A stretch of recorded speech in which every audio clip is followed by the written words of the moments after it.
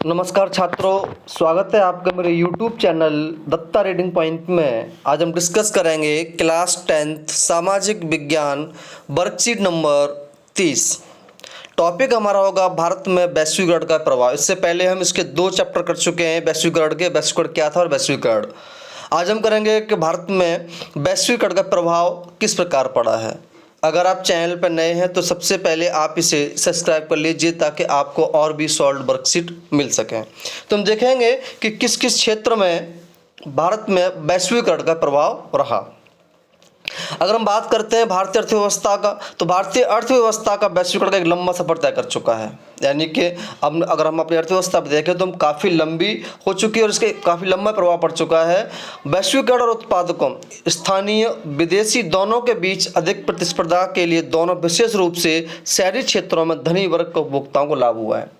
अगर हम सबसे ज़्यादा बात करें कि चाहे वो स्थानीय हो या चाहे विदेशी हो, सबसे अधिक जो लाभ प्राप्त हुआ है वो शहरी वर्ग का, जो धनी वर्ग है, यानी कि शहर में जो धनी वर्ग है उन उपभोक्ताओं को इसका सबसे ज़्यादा लाभ पहुंच पाया, क्योंकि गांव तक भी पहुंचा नहीं है। और इन उपभोक्ताओं के सामने अब पहले से अधिक विकल्प है। पहले इनके पास विकल्प नहीं होते थे, अब इनके पास बहुत सारे ऐसे ऑप्शंस होते हैं जिन्हें वो चुन सकते हैं। वे अब कई उत्पादकों के लिए बेहतर गुणवत्ता और कम कीमतों का आनंद ले सकते हैं। पहले से बहुत ज़्यादा अच्छी चीज़ें आ गई हैं, उनकी क्वालिटी बढ़िया आ गई है और उसका कम पैसों पर वो उसका लाभ उठा सकते हैं। उत्पादकों और श्रमिकों पर वैश्वीकरण एक समान रूप से नहीं पड़ा है। अगर हम बात करें जो उत्पादक हैं, प्रोडक्शन वह है, और जो उत्पादक श्रमिक हैं उन पर वैश्विक प्रभाव जो है वो एक समान नहीं पड़ा है। तो कहने के बाद यहाँ पर किस किस कंपनियों पर किस किस कैसा कैसा प्रभाव पड़ा है वो हम यहाँ एक बार देख लेते हैं। पहले हम बात करते हैं बहुराष्ट्रीय कंपनियों पर प्रभाव वैश्वीकरण का। जो बड़ी बड़ी MNC कंपनियाँ हैं इन पर क्या प्रभाव पड़ा है। उद्योग में अगर बात करते हैं तो उद्योग में cell phone, electronics, soft drinks, fast food, banking जैसी सेवाओं में निवेश बढ़ा है। आजकल क्या है कि आजकल हमारे पास विदेशी आइटम भी खाने को मिल जाते हैं। फास्ट फूड जो हमारे, अगर जब हम बात करते हैं कि वैश्वीकरण जब नहीं था, ज़्यादा प्रभाव नहीं था, तो हमारे पास कांच चिल्ली ये नहीं होती थी, मोमोस नहीं होते थे, है ना। इस टाइप की जो चिली पटेटो, सिंगापुरी चाउमीन, ये सब जो फास्ट फूड टाइप के जो थे ये सब नहीं हुआ करते थे। वैश्वीकरण का प्रभाव होने के बाद इसमें क्या हुआ, निवेश बढ़ा और ये हमको आइटम मिलना स्टार्ट हो गया। उपरोक्त उद्योगों में नई नौकरियां सृजन हो गया, कॉल सेंटर्स आ गए और नई नौकरियां आ गई। पहले तुम देखो ऑनलाइन बिजनेस नहीं हुआ करता था, अमेजॉन है, फ्लिपकार्ट है, कुछ समय पहले ये सब चीज़ें ऑनलाइन नहीं हुआ करती थी। इन उद्योगों में कच्चे माल आदि की आपूर्ति करने वाली स्थानीय कंपनियां का समृद्ध हो गई। अब ये जो स्थानीय छोटी मोटी कंपनियां थी, स्थानीय कंपनियां थी, वो बड़ी बड़ी कंपनियों को कच्चा माल देने में या आपूर्ति करने में सहायक सिद्ध हुई। तो इसका कहीं ना कहीं प्रभाव जो पड़ा वो बहुराष्ट्रीय कंपनियों पर बहुत अधिक पड़ा। दूसरा है शीर्ष भारतीय कंपनियों पर प्रभाव। जो भारत की जो बड़ी बड़ी कंपनियां हैं उस पर क्या प्रभाव पड़ा। उन्होंने नई तकनीकी और उत्पादन के तरीके में निवेश किया और अपने उत्पादन मानकों को बढ़ाया, नई टेक्नोलॉजी इस्तेमाल की, नई तकनीकें अपनाई और पैसा निवेश किया, जिससे क्या हुआ, उनकी भी तरक्की हुई। और कुछ ने विदेशी कंपनियों के साथ सफल सहयोग प्राप्त किया। कुछ ने क्या किया, विदेशी कंपनी के साथ में टाइप कर लिया, पार्टनरशिप जिसको बोलते हैं, टाइप कर लिया। और कुछ बड़ी भारतीय कंपनियां खुद बहुराष्ट्रीय कंपनियां बन गई, जैसे रिलायंस इंडस्ट्रीज, उदाहरण के लिए टाटा मोटर्स, इंफोसिस, रेनवैक्सी। ये जो कंपनियां हैं ये जैसे इन्हें प्रभाव पड़ा, इनका जो विस्तार बहुत तेजी से बढ़ता चला गया और ये कंपनियां एकदम बड़ी कंपनियों के रूप में चेंज हो गई। IT जैसे उद्योग को सेवा प्रदान करने के लिए नए अवसर प्रदान किए गए। वहीं छोटे भारतीय निर्माताओं पर क्या प्रभाव पड़ा इसका, अब बात करते हैं। सबसे बड़ी चुनौती यहीं पर है। बहुत से छोटे निर्माणकर्ताओं के लिए वैश्वीकरण में कुछ चुनौतियां पेश की हैं। इनके पास कम सामान होता है, छोटी कंपनियां हैं, तो कई सारी समस्याओं का सामना करना पड़ता है, पैसे को लेकर के, आयात निर्यात को लेकर के, टैक्स को लेकर के।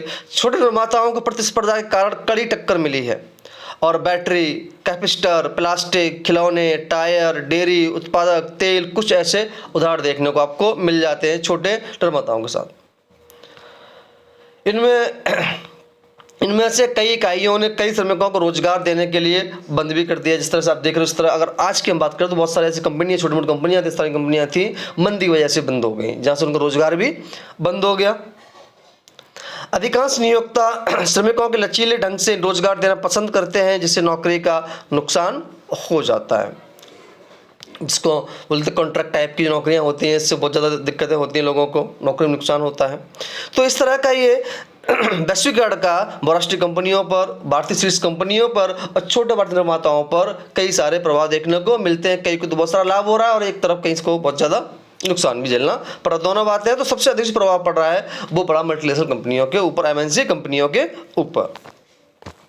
चलिए अब यहाँ बात करते हैं विदेशी निवेश आकर्षित करने के लिए उठाए गए कदम। क्या कदम उठाए हैं कि ताकि विदेशी निवेश यहाँ पर बहुत तेजी से बढ़ सके।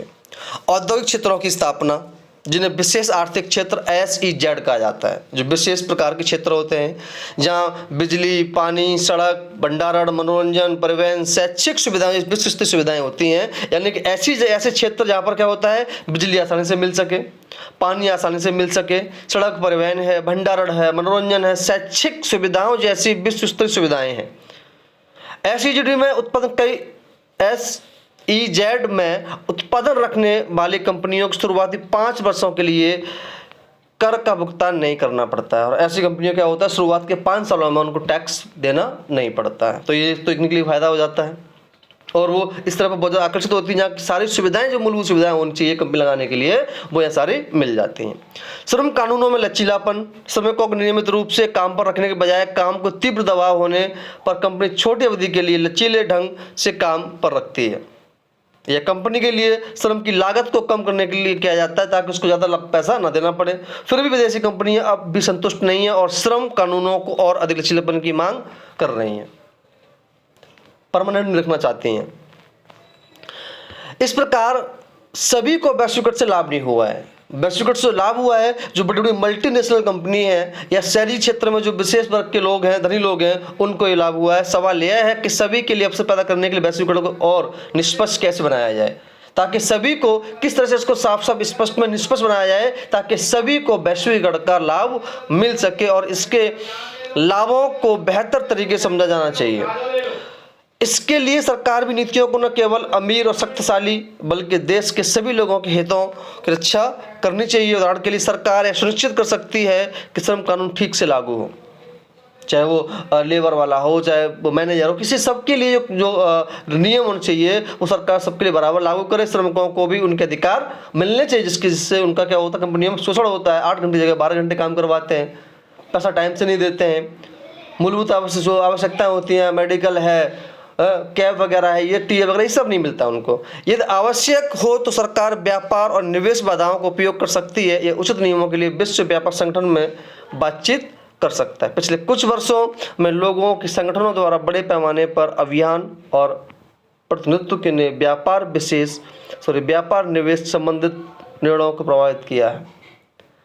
इसने प्रदर्शित किया है कि लोग निष्पक्ष वैश्वीकरण संघर्ष का महत्वपूर्ण भूमिका निभा सकते हैं। अगर उनके साथ निष्पक्ष व्यवहार किया जाए तो वैश्वीकरण का प्रभाव जो है पूरे देश में, पूरी दुनिया में सभी वर्गों के लोगों पर समान रूप से पड़ सकता है ताकि उसका समान रूप से सभी व्यक्तियों को लाभ मिल सके।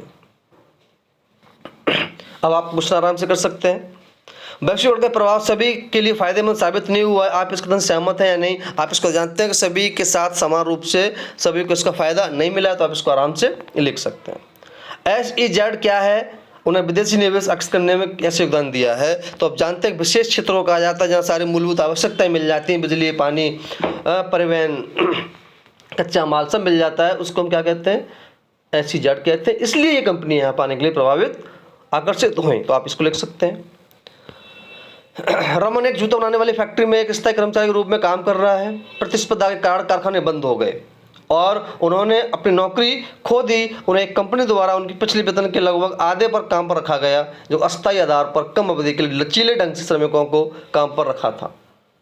रमन और उसके साथी कर्मचारियों पर इसका क्या प्रभाव होगा, उसे किस तरह का नुकसान होगा, आप इस बात को जानते हैं। जब किसी की नौकरी छूट जाती है, किसी पर व्यक्ति को कॉन्ट्रैक्ट पे कम समय के लिए आधे पर रखा जाता है, तो आप जानते हैं क्या प्रभाव पड़ता है, आप उसको अपने तरीके से लिख सकते हैं। दूसरा है निष्पक्ष वैश्वीकरण से आप क्या अभिप्राय है, आपको क्या लगता है कि निष्पक्ष वैश्वीकरण द्वारा समानता और न्याय कैसे सुनिश्चित किया जा सकता है, टिप्पणी कीजिए। आप इसको आराम से कर सकते हैं। अगर आपको अभी भी कोई समस्या है तो आप उसे कमेंट बॉक्स में लिख सकते हैं। अगर वीडियो अच्छी लगी हो, ना समझ में आया हो, तो आप उसे कमेंट बॉक्स में लिख करके बताएं, मैं आपको उसका आंसर भी दे दूंगा। अगर वीडियो अच्छी लगी हो तो आप इसे शेयर करें, दोस्तों में शेयर करें, ताकि उनके पास भी और वीडियोस पहुंच सके और आपके पास भी सॉल्व वर्कशीट आपके पास आ सकें। धन्यवाद।